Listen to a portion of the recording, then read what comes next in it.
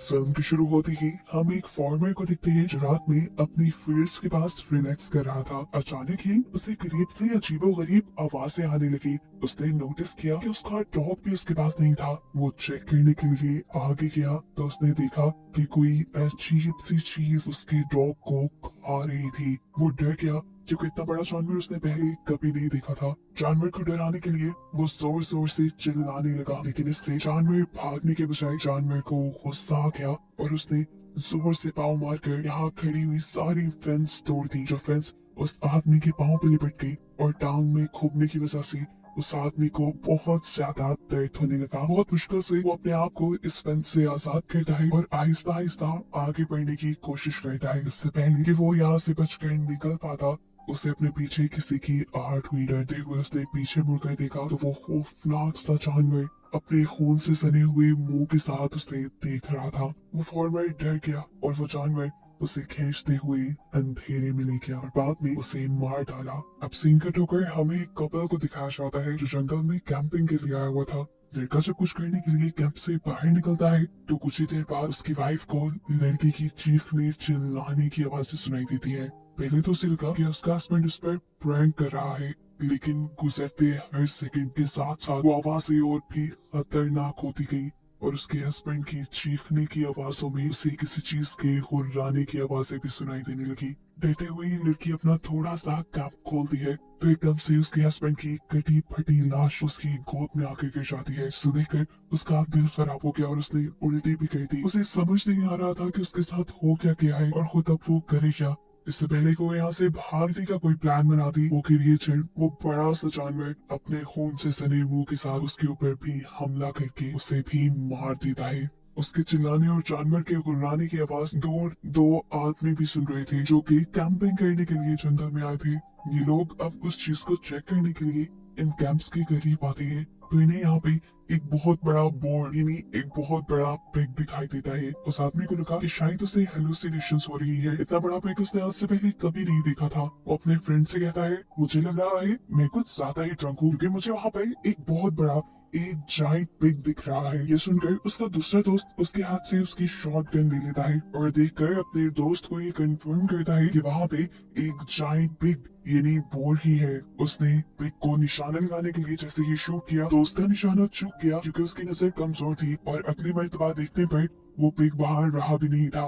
Pig के जाने के बाद ये लोग भी उस टैंक तक जाते हैं जहाँ जाकर इन्होंने देखा कि कपल की कटी फटी लाशें पड़ी थी जिनकी हालत उस पिग ने की थी और ये दोनों अब मर चुके थे। यहाँ का बाकी सामान देखते हुए केन को लगता है कि यहाँ पर 4 लोग होंगे और जरूर बाकी दो कहीं भाग गए होंगे। वो अपने दोस्त ब्लू से कहता है, तुम जाओ जाकर शहर से मदद मांग के लाओ, मैं यहाँ पर रहकर बाकी सर्वाइवर्स को ढूंढता हूँ। टाउन की तरफ वापस जाते हुए ब्लू को अपनी एयर पीठ से अब अजीबोगरीब आवाजें आने लगी थी। जैसे ही उसने डर कर पीछे देखा तो अब उसे वो बड़ा सा पेड़ अपनी लालची खूंखार नजरों से घूर रहा था। ये आदमी जान गया था कि अब वो नहीं बचेगा, इसीलिए वो टेंशन में भागने की बजाय वहीं पे रुक जाता है और वो पिग एकदम से उसके ऊपर हमला करके उसे मार डालता है। अब यही जंगल में हमें एक और कपल को दिखाया जाता है जिनके बारे में केन ने अंदाजा लगाया था कि यहाँ पर एक और कपल भी होना चाहिए। ये दोनों एक दूसरे को डरावनी डरावनी स्टोरी सुनाकर एंटरटेन करने की कोशिश कर रहे थे, लेकिन तभी उनकी कहानियां हकीकत में बदल गई जब उन्हें अपने करीब से किसी के हुर्राने की आवाजें आई।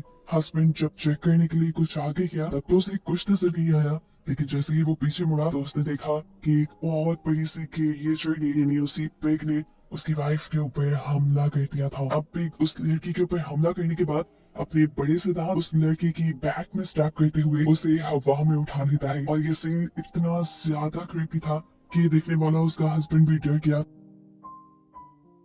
देखने को मिला कि वो ठीक तरह से चल नहीं सकता था, लेकिन फिर भी उसने यहाँ से भागने की कोशिश की, लेकिन उसकी कोशिश नाकाम हो गई क्योंकि वो पिग एकदम से उसके मुंह के ऊपर भी हमला करके उसकी गर्दन को उसकी बॉडी से अलग कर देता है और ऐसे ही ये कपल भी मारा जाता है। केन जो कि इसी कपल को ढूंढते हुए यहाँ तक पहुंच गया था, उसने जब आकर देखा कि वो दोनों भी मर चुके हैं तो उसने बहुत अफसोस हुआ क्योंकि उसे उम्मीद थी वो एक और कपल की तो जान बचा ही लेगा। इस सब के दौरान अब केन के सामने भी वो बड़ा सांप पिग आ जाता है। उसके मुंह से खून टपक रहा था जो उन्हीं लोगों का था जिनको इस पिग ने मारा था। इससे पहले कि वो केन को भी मार देता, केन उसे अपनी छुरी दिखाता है और सीन यहीं से कट होकर हमें अगली सुबह का सीन दिखाया जाता है जहाँ एक आदमी अपनी वैन लेकर इसी जंगल की तरफ बढ़ रहा है। चलते हुए अचानक उसकी गाड़ी वही पिक अपने दांतों से उठाकर फ्लिप कर देता है और ऐसे उसका बहुत बुरा एक्सीडेंट हुआ। इस गाड़ी के एक्सीडेंट की आवाज दूर तक फैली और हमें दिखाई दिया कि जो भी इस कार में था उसकी सिस्टर की फैमिली यही करीब कैंपिंग करने के लिए आई हुई थी और वो ये बात जान गए कि जरूर ये उसकी भाई की कार का एक्सीडेंट हुआ है। इस आदमी का नाम था बर्नी। अब वो लड़की अपने हस्बैंड और अपने सन इन लॉ को अपने भाई की खबर लेने के लिए भेजती है। देखने को मिलता है कि बर्नी को ज्यादा चोट नहीं आई थी, लेकिन उसकी कार का बहुत बुरा हाल हो गया था और उसकी कार के पीछे उसे कुछ बाल भी नजर आ रहे थे, जिसका साफ मतलब था कि उसकी कार पर किसी जानवर ने हमला किया था। वो इस कार से बाहर निकलना चाह रहा था, लेकिन उसका डोर बहुत बुरी तरह बंद हो गया था, इसलिए मुश्किल से पाँव मार मार कर वो अपनी कार को खोल लेता है। बर्नी काफी गुस्से में था। वो अपनी गाड़ी से अपना वेपन निकाल कर उसे लोड करता है ताकि वो इस जानवर को मार सके जिसने उसकी कार को हिट किया था। यहाँ पर वो जो दो लड़के बर्नी को ढूंढने के लिए आ रहे थे, एकदम से उनके सामने वो पिग आ गया। डरने के बजाय ये दोनों ही हैरानी से उस पिग को देखने लग जाते हैं। एकदम से वो लड़का नोटिस करता है कि वो बोर्ड यानी बड़ा पिग उसकी आंखों में खून उतरा हुआ है, यानी वो किसी भी वक्त इनको नुकसान पहुंचा सकता है। डरते हुए वो लड़का अपने फादर इन लॉ को उस पिग की तरफ फेंकते हुए वहां से भाग जाता है और वो पिग बड़े ही बेरहमी से उस आदमी का सर अपने मुंह में लेते हुए उसका सर उसकी बॉडी से अलग कर देता है। दूर से आते बर्नी ने ये सारा नजारा अपनी आंखों से देख लिया था। वो उस पिक को भी देख चुका था और जल्दी से वो उस पिक के ऊपर निशाना लगाता है और गोली ठीक जाकर पिक को लग जाती है। अब यहाँ वो लड़का जो अपने फादर इन लॉ को खतरे में डालकर वहाँ से भाग आया था, दूर से ही वो चिल्लाते हुए अपनी फियांसी और उसकी मॉम को कहता है, भागो यहाँ से, भागो, यहाँ खतरा है। लेकिन कोई उसकी बात पे यकीन नहीं करता। वो लड़की उससे अपने डैड के बारे में पूछती है। वो लड़का बताता है कि उसके ऊपर एक बहुत बड़े बॉय ने हमला कर दिया है और वो मर गया है।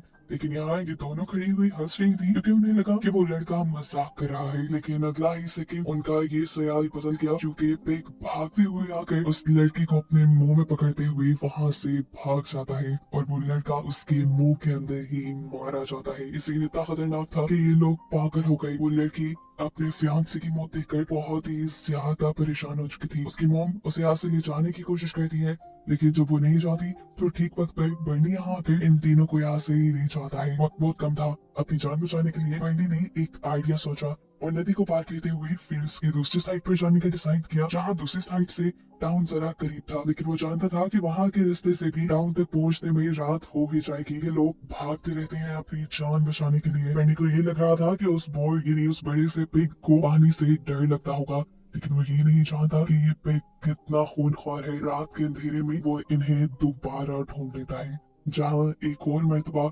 उसे अनएक्सपेक्टेडली देखकर इन सब की जान निकल जाती है और वो बोर्ड इनके एक साथी के ऊपर हमला करके उसे खा जाता है। वो तो मर गया था, लेकिन इन्हें भागने का मौका मिल गया। बर्नी की बहन अपने बेटे की मौत से बिल्कुल टूट रही थी, लेकिन बर्नी उसे जबरदस्ती लेकर भागता है और यहाँ उनकी किस्मत चल जाती है। करीब ही उन्हें एक लकड़ी का बना हुआ शेल्टर मिल जाता है, जिसके अंदर जाकर ये लोग थोड़ा सा सुख का सांस लेते हैं। यहाँ पर आकर बर्नी की बहन और उसकी बेटी दोनों ही टूट चुकी थी, क्योंकि अब तक उन्होंने अपने 3 खास लोगों को खो दिया था इस ट्रिप में। बर्नी जब अपनी बहन को सहारा देने के लिए करीब आता है तो उसकी बहन उल्टा उसे ही ब्लेम करने लगी कि ये सब तुम्हारी वजह से हुआ है। तुम इतनी बॉडी बनाने के बावजूद भी अपने भांजे को नहीं बचा पाए, तुम कायर हो। फिर ये रोना धोना कुछ देर तक चला, लेकिन फिर पूरे दिन की थकान ने इन्हें सुला ही दिया। कुछ देर बाद दोबारा इनकी आंख खुल गई क्योंकि ठंड बहुत ज्यादा बढ़ गई थी। बर्नी उनको सुकून देने के लिए बाहर से कुछ लकड़ियां लाने का डिसाइड करता है, जिसे लोग जलाकर यहाँ का टेम्परेचर थोड़ा बेहतर कर सकते थे। लेकिन जैसे ही बर्नी ने दरवाजा खोला तो वो बोर जो शायद इसी इंतजार में था कि कब बर्नी दरवाजा खोले और वो अंदर आए। वो बोर एकदम से पूरा दरवाजा तोड़ते हुए इनकी कैबिन के अंदर आ जाता है। लेकिन इस मर्तबा बर्नी पहले से ही इस बोर के ऊपर काफी गुस्से में था। उसे काफी गिल्ट था क्योंकि उसके होते हुए उसके भांजे की मौत हो गई थी। वो ये सारा गुस्सा इस बोर के ऊपर निकालता है और बहादुरी से अपना चाकू निकालते हुए कई मर्तबा उस बोर की गर्दन में स्टैब कर देता है। लेकिन इस हमले से बोर को ज्यादा खास कुछ हुआ नहीं। इस वक्त पर बर्नी की बहन और उसकी बेटी भी निकलकर बर्नी के पीछे आ गई। बर्नी ने उनसे कहा, भागो यहाँ से, मैं बोर को तुम्हारे पीछे रोकूंगा। ये सुनते ही वो दोनों यहाँ से भाग जाती हैं और बर्नी एक और मर्तबा उस बोर पर हमला करता है। लेकिन इस मर्तबा इस बोर ने भी अपनी सारी ताकतें दोबारा इकट्ठी कर ली थी, क्योंकि इस मर्तबा वो बर्नी को अपने दांतों के जरिए उठाकर दूर फेंक चुका था। इस हमले की वजह से बर्नी का चाकू भी गुम हो चुका था और अब उसके पास कोई वेपन नहीं था इस बोर से लड़ने के लिए। बर्नी हिम्मत नहीं हारता और उठकर जोरदार पंच उस बोर को मारता है, जिसके जवाब में बोर उसे उठाकर उसी कैबिन के अंदर फेंक देता है। जिस छोटी सी कैबिन के अंदर बर्नी पहले छुपा हुआ था, अब भी उसके ऊपर आ चुका था और उसे बस मारने ही वाला था। लेकिन यहाँ पर बर्नी ने अपनी सारी ताकतों को जमा करते हुए जहानत से उसके नीचे से निकल आया।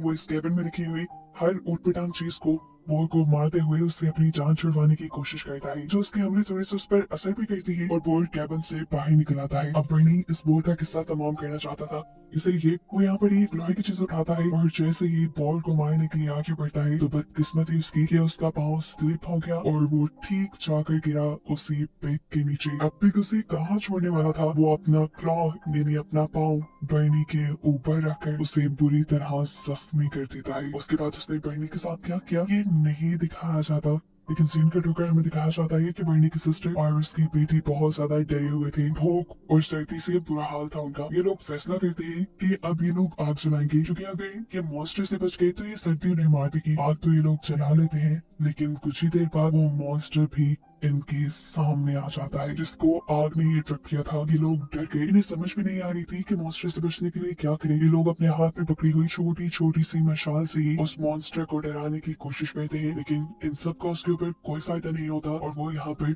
बर्नी की बहन की टांग पकड़ लेता है। इससे पहले कि अब ये बोर इन दोनों को मार देता, दूर से एक तेज रोशनी इन सब की आंखों को धुंधला कर देती है और भी उसी रोशनी की तरफ देखता है और वो रोशनी तेजी से आकर उस बोर को हिट कर देती है। हमें पता चलता है कि एक कार थी जिसने इन लड़कियों की जान बचाने के लिए उस बॉल को आकर हिट किया था। इस लड़की का नाम था साशा, जो कि मूवी के शुरू में दिखाए जाने वाले ओल्ड मैन की बेटी थी और वो अपने डैड को ही ढूंढने के लिए इस टाइम यहाँ आई थी। देखने को मिलता है कि वो बोर अब खड़ा नहीं हो पा रहा था, क्योंकि इस हमले की वजह से उसकी जिस्म की कई हड्डियां टूट चुकी थी, लेकिन वो अभी भी जिंदा था। बर्नी की सिस्टर अपनी फैमिली मेंबर्स की मौत का बदला लेने के लिए साशा की कार से एक गन निकालती है और धड़ाधड़ का ही फायर उसके ऊपर कर देती है, लेकिन ये बोर अभी भी नहीं मरता। तब उसकी बेटी उसके हाथ से गन लेती है और एक निशाना उस बोर की आंख में लगाती है। इसके बाद हमें देखने को मिला कि वो बोर गिर चुका था, उसने हिलना बंद कर दिया था, शायद वो मर गया। ये लोग अब और खतरा मोल नहीं ले सकते थे। जल्दी से ये लोग साशा की कार में बैठते हैं और इस जगह से बाहर निकलने की कोशिश में लग जाते हैं। रास्ते में इन्हें बर्नी में दिख जाता है, जिसके बारे में सबको लग रहा था कि वो मर गया होगा, लेकिन वो बहुत ज्यादा जख्मी था। ये लोग यहाँ से बाहर निकल जाते हैं ये सोचते हुए कि इन्होंने उस बोर को मार दिया और अब खतरा टल गया, लेकिन ऐसा नहीं था, क्योंकि दो जिंदा बोर अभी भी इनको जंगल से जाता हुआ देख रहे थे और आगे इनके साथ क्या होने वाला था इसी मिस्ट्री के साथ ये मूवी यहीं पर एंड हो जाती है।